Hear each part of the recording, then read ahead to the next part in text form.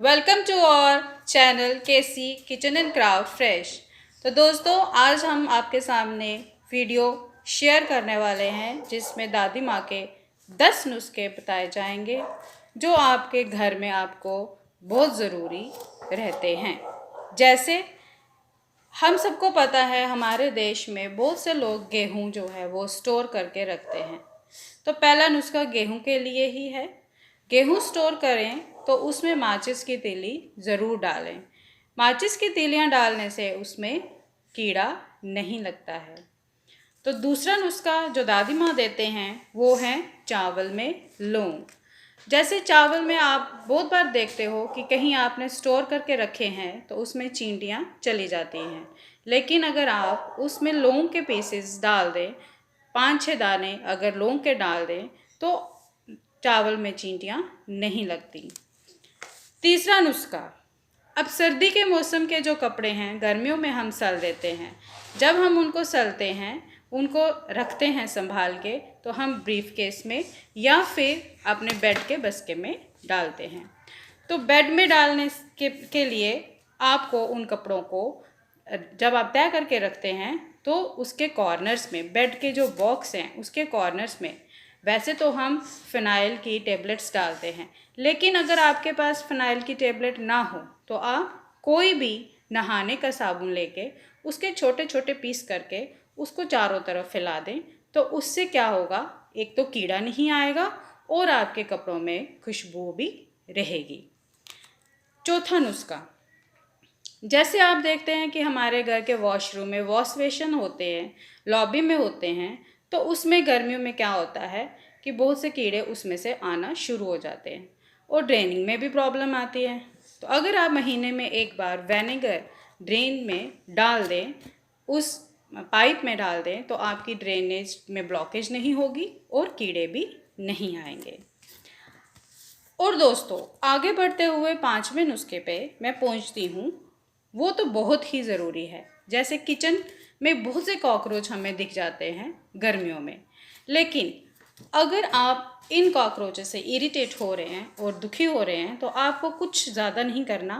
बस boric acid लेके, जो बाज़ार में किसी भी आप शॉप पे अवेलेबल होता है, उसको लेके घर पे आए और जितनी क्वांटिटी में आपके पास बोरिक एसिड है उतनी क्वांटिटी में गेहूं का आटा लें और उसको गूंद के उसके छोटे छोटे टेबलेट्स बना लें और उसको चारों तरफ किचन में फैला दें। एक बात का ध्यान रखें कि वो बच्चों के अप्रोच में ना हो, तो इससे कॉकरोच आपकी किचन में नहीं आएगा।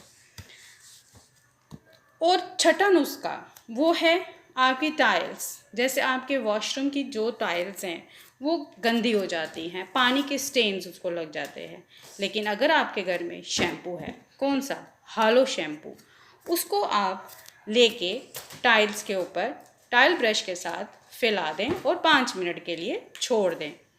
उस टाइल ब्रश को के साथ फिर 5 मिनट के बाद साथ उसको स्क्रब करें।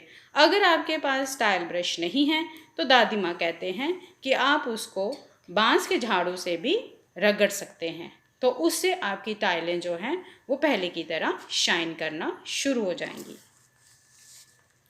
7वें नुस्खे की तरफ बढ़ते हुए मैं आपको बता दूं, ये तो आज के दौर में बहुत ज़रूरी है। जैसे आपका मोबाइल अगर पानी में गिर जाता है तो आपको नया लेने की ज़रूरत नहीं है।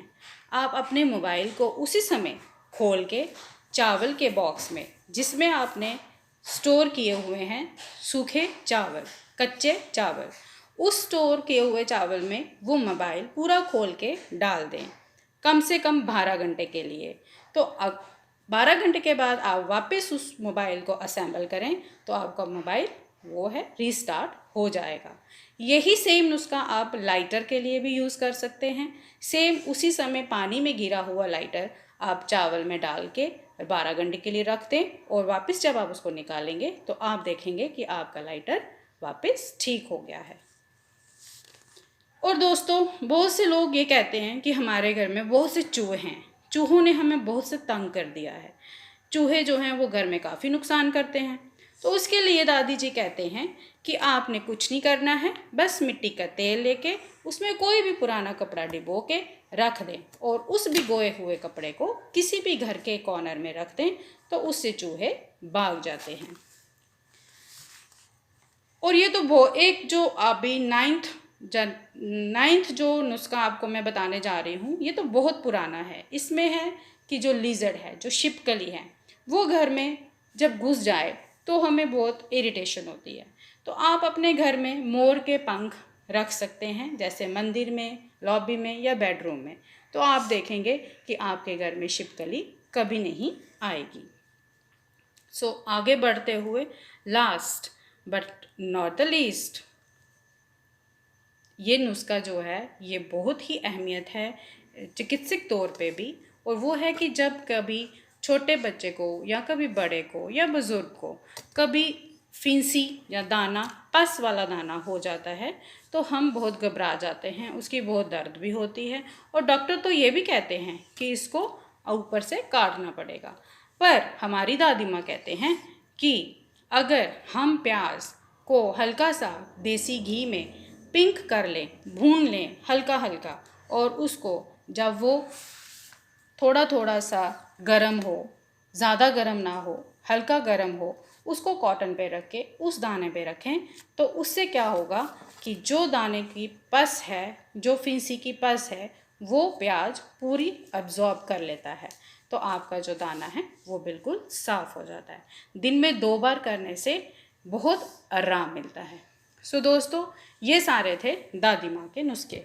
अगर आपको ये दादी माँ के नुस्खे अच्छे लगे तो प्लीज़ हमारी वीडियो शेयर करें, लाइक करें, सब्सक्राइब करें। Thank you.